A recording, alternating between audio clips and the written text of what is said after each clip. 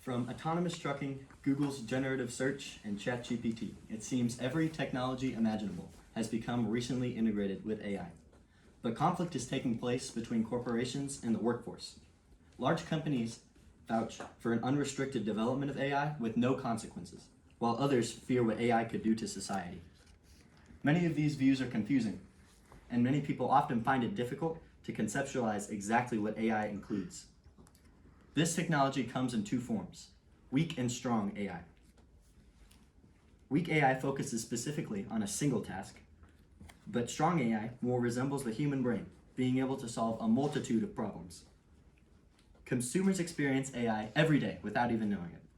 If someone asks Google Photos to search for a picture with birds, it uses a type of AI called machine learning that takes thousands of examples of pictures of birds and uses those to make a prediction about your picture. Examples of strong AI include neural networks, which are designed to replicate the networking found in the human brain.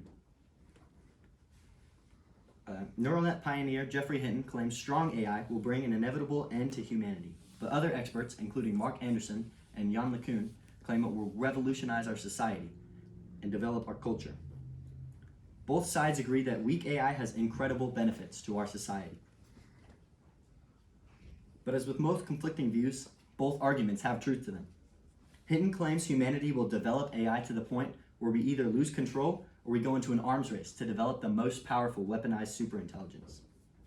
Neither of these alternatives bode well for the long-term future of humanity, and the logical solution would be to stop the development of AI immediately. Many computer scientists on LeCun's side refute the claim that humanity will lose control of AI, but they do not refute the claim that humans will use it irresponsibly. The short-term effects for business show immeasurable benefits, as they provide free and efficient labor.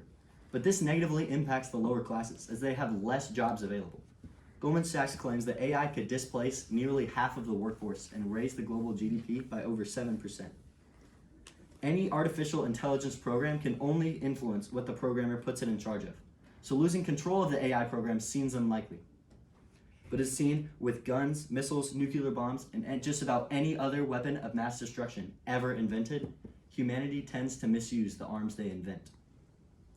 AI can definitely help human lives in the short term, but where should the development of AI stop so where it doesn't become a superintelligence? Ray Kurzweil suggests a point where computational intelligence so far exceeds that of human intelligence that it becomes something of a god.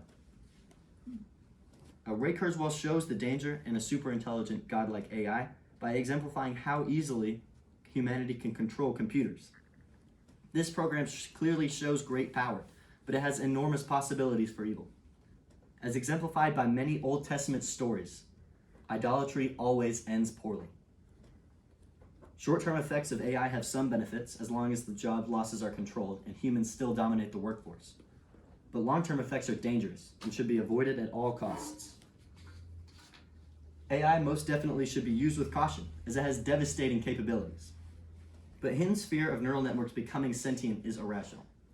The real danger comes from humanity using AI in unjust ways. At the current development of neural networks and computers, they don't have any inherently dangerous characteristics. But when it does get to that point where it is dangerous, it can still only control what the programmer allows it to. If developers set these AI systems over a certain part of human lives, they will not expand outside of the sectors that they are assigned to. Hinton compares this type of learning to eating, where humans take information in small bites, just bit by bit, but computer systems can understand large quantities of information all at once. But humans and computers specialize in different things. For example, it took many teams of software engineers multiple decades to detect objects in pictures, which is a relatively simple task for humans. But it took only a couple of years to do complex math in milliseconds. Also, the transfer of knowledge in computers is much faster than in humans. If a human learns a complex subject, it proves a very long and painstaking process to get that knowledge to another person. But a computer can do this instantly to any computer they have access to. By examining the numerous tasks that computers outshine humans in, it might appear they pose a threat. But considering the vast number of areas where humans perform more efficiently than computers, the competition becomes more balanced. Humans manipulating AI to minimize human rights presents a very real problem, however. China already uses AI facial recognition to track all of their citizens and uses citizen scores to monitor their people. While AI taking over seems unlikely, humans abusing AI power is an inevitability. Oh, I was going backwards. Sorry. Before AI reaches the singularity described by Kurzweil, numerous opportunities arise for human advancement. The first is AI taking human jobs. Harvard labor economist Lawrence Katz agrees that AI will wipe out a lot of current jobs, but goes on to say that other technologies have done this in the past. And other jobs will be produced in the field of computer science to cancel out the jobs that are lost. In much of the 19th and 20th century, a factory worker was one of the most common jobs. But as the assembly line became more autonomous, the need for these workers deteriorated. Technology has also taken the jobs of weavers, textile workers, human typists, human computers, switchboard operators, retail workers, and most of the jobs in the agriculture industry. Most of these people found new jobs, and the workforce had no significant damage. But these previous technologies did not expand outside of the sectors that they were assigned to.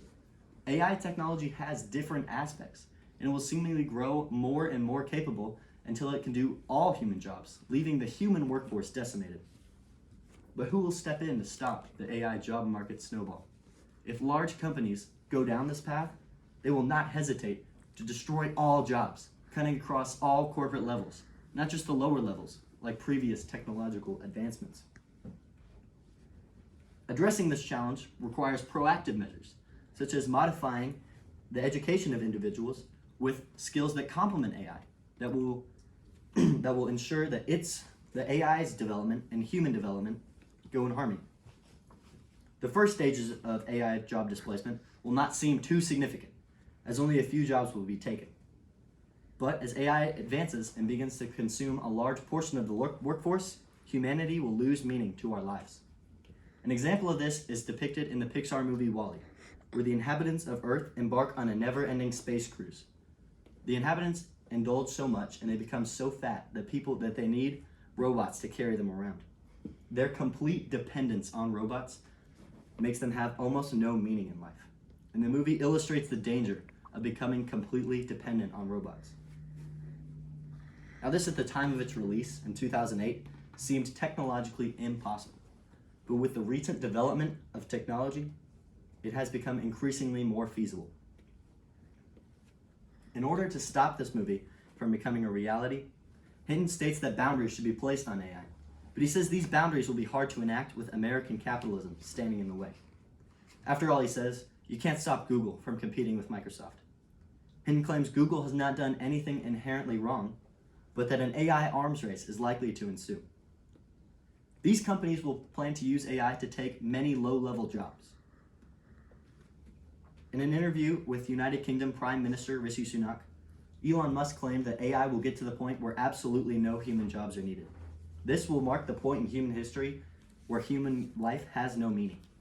Many people will lose a sense of identity and independence as they become accustomed to an entitled lifestyle.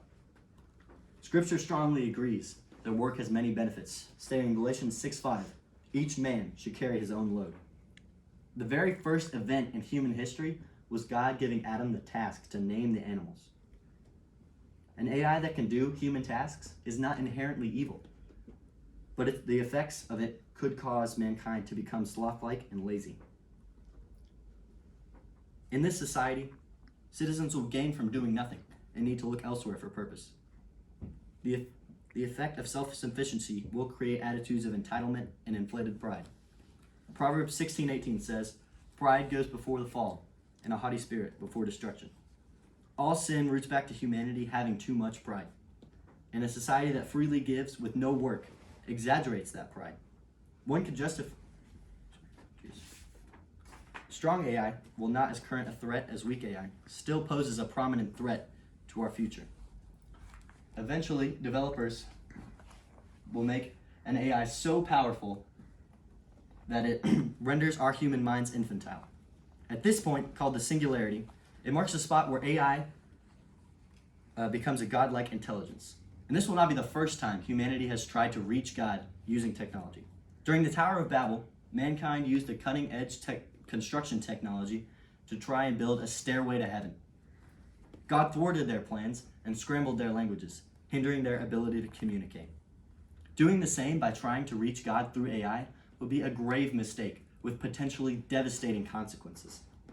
AI presents opportunities for idolatry in new ways, where idols have real-world power and are controllable by humanity. Now, these intelligences may seem further away, but Ray Kurzweil's graphs on the development of technology suggest an exponential rate, which means this point could happen much sooner than expected. Make us an image of a God who will lead and protect us. Exodus 32:1. This verse symbolizes what mankind has desired since creation. Man desires a ruler, and they will go to any extent to achieve this end. A superintelligence provokes the next step in idolatry. Previous idols had only fictional powers, but a superintelligent AI has real-world powers. Psalm 96:4-5 says, "For great is the Lord, and greatly is he to be praised. He is to be feared above all gods. For the gods of the people are idols, but the Lord made the heavens." The Lord created humanity, making him greater than any god we could dream up here on earth. This fact alone should make us cautious of worshiping or attempting to create any other god. Our greatest efforts to create a superintelligence will ultimately fall short of a god, as our human minds are not able to comprehend the power and understanding of the Lord. As AI becomes integrated into society, it has increased potential to either harm or benefit humanity. Corporations, businesses, and corrupt governments will surely abuse its power, but its effects on business are almost immeasurable. Ensuring AI has restrictions and developers are open and honest about what they are creating safeguards humanity against being a slave to technology. Humanity should not fully rely on anything but God to sustain their everyday needs. Placing technology in this role makes us extremely vulnerable. Relying solely on God and not trying to reach him through any forms, including technology, makes us immune to idolatry. AI gives government the power to strip basic human rights from its citizens. And many governments, including the Chinese government, are already using it for this purpose. Stopping this falls on the shoulders of large worldwide regulators like the European Union and the United Nations to wage war on nations that do not comply. It also falls on our government shoulders to ensure that private companies are not manufacturing AI superweapons. Many nations will also develop weaponized AI, so it becomes crucial that the United States do so also. It might be a terrible thing to develop, but in the purposes of self-defense, it becomes justified. When AI comes close to reaching the singularity, development must be stopped. A superintelligence has godlike capabilities and could very easily be a means to gain power. These machines will rule many, but be controlled by few. And very few dictators end up benevolent. Most end up in categories with Kim Jong-un, Benito Mussolini, and Adolf Hitler. Humanity, a fallen species, can never truly achieve a just system of government. But rule by many with checks and balances provides a much better system of government. But AI superweapons provide ample opportunity for any one dictator to seize power. Thank you.